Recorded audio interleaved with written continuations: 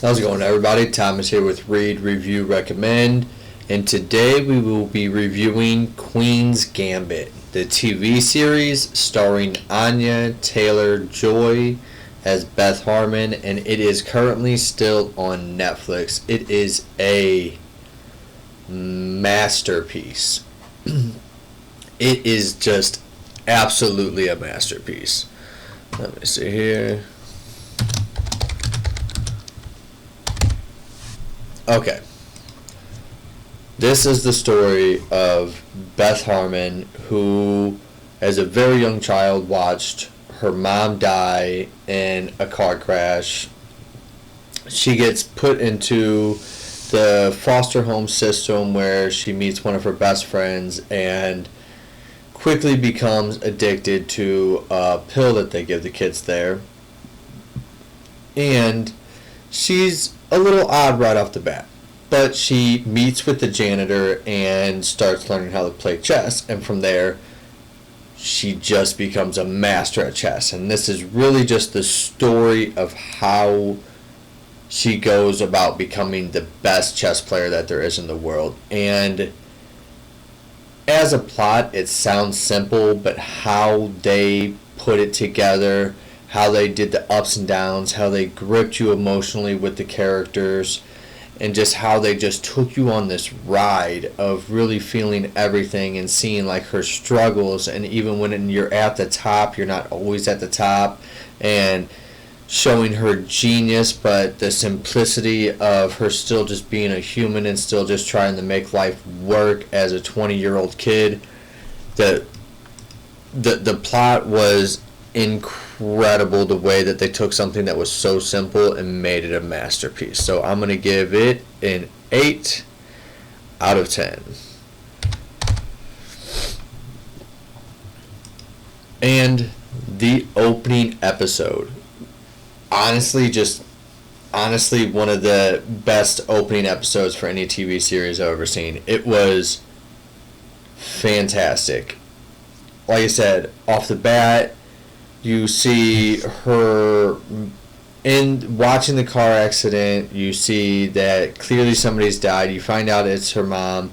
She goes into the foster home. She learns how to play chess. All this happens in at the very end of episode 1.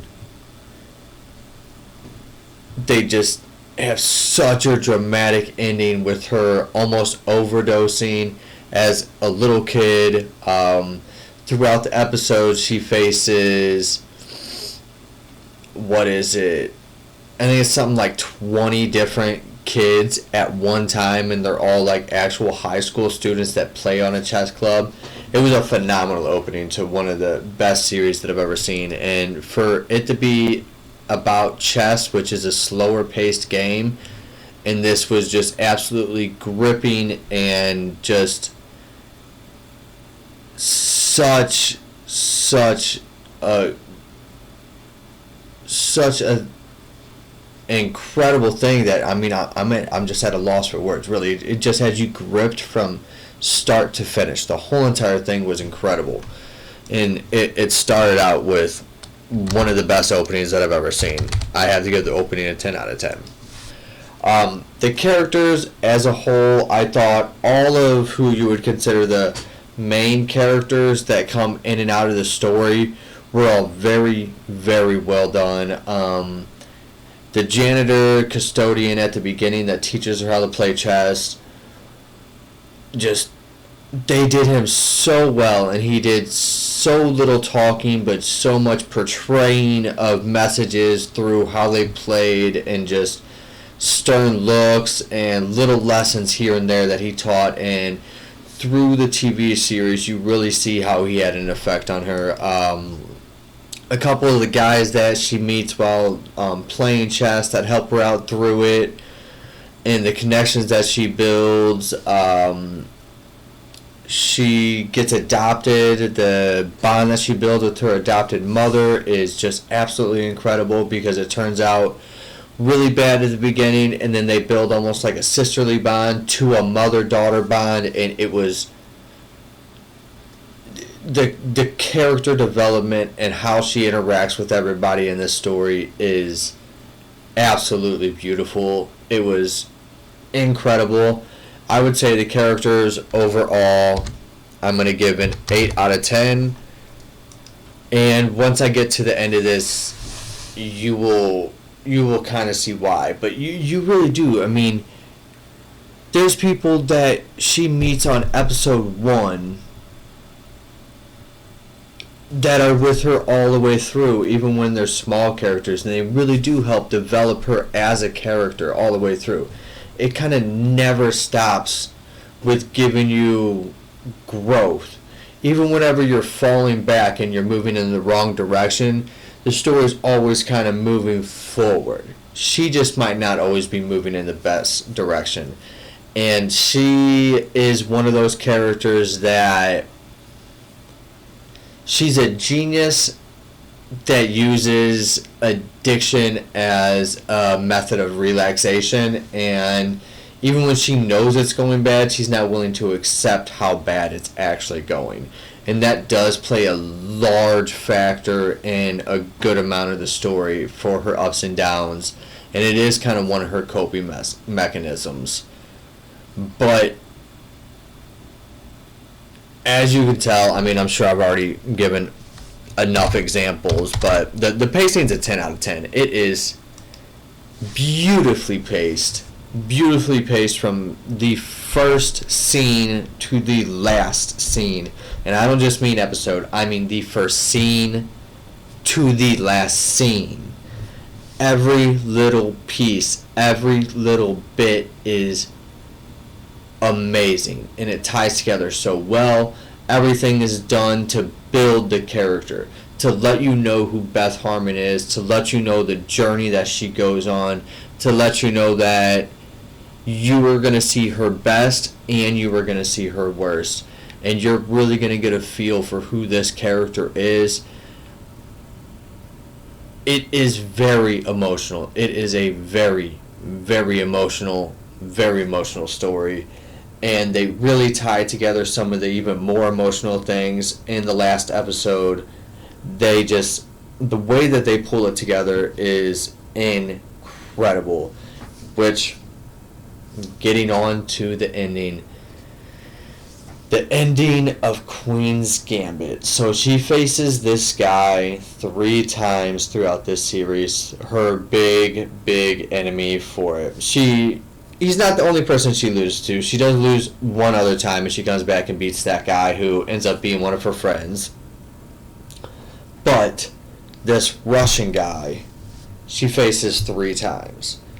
And at the very end, she finally does beat him in a beautiful performance. But the first time that she faces him, she blunders, she's not really all there, and it doesn't really go great. And then the second time, she's confident, she's talking shit, and then she goes out with a friend and gets drunk, oversleeps, goes in stressed out, blunders again, and loses.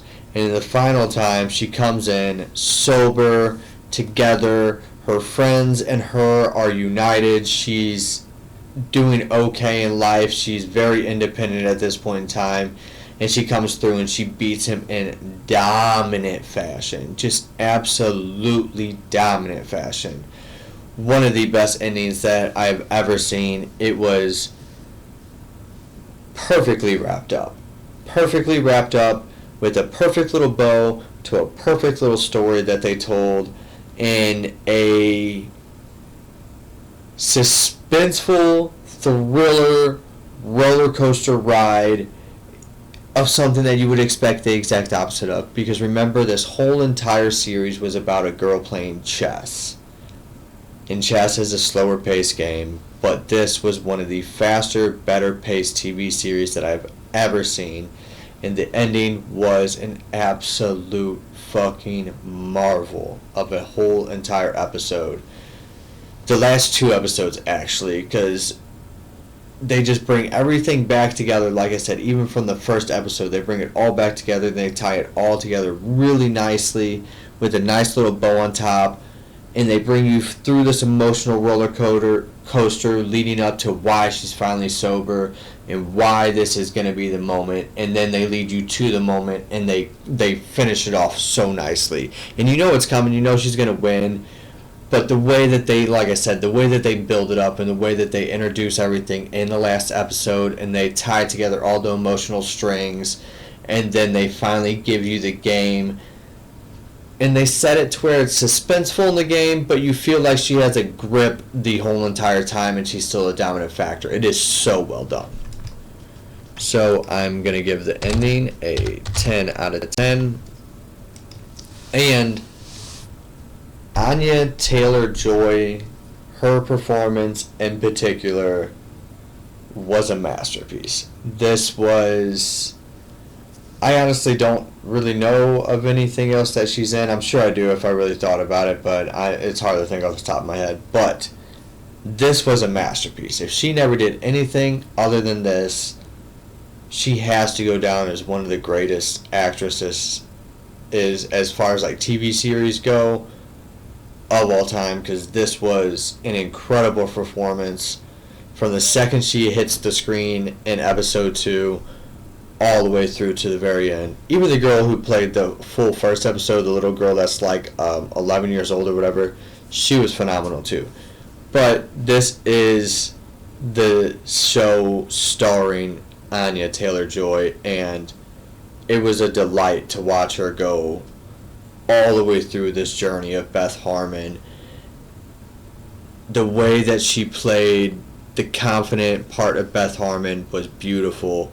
And then her transition into being the addict that was still showed that confidence, but the depression was there, and you can see why she was an addict, and you felt for her and you understood, and you can even understand why you would maybe be in the same position if you had lived the life that she lived. It was just a masterful masterpiece of a performance, and I have to give it a 10 out of 10. I can't think of too many performances that were on that level for that long. Like I said, you got to think each episode was about an hour. It was 7 episodes. That's 8 hours of just a masterpiece performance of what felt like just a long-running movie.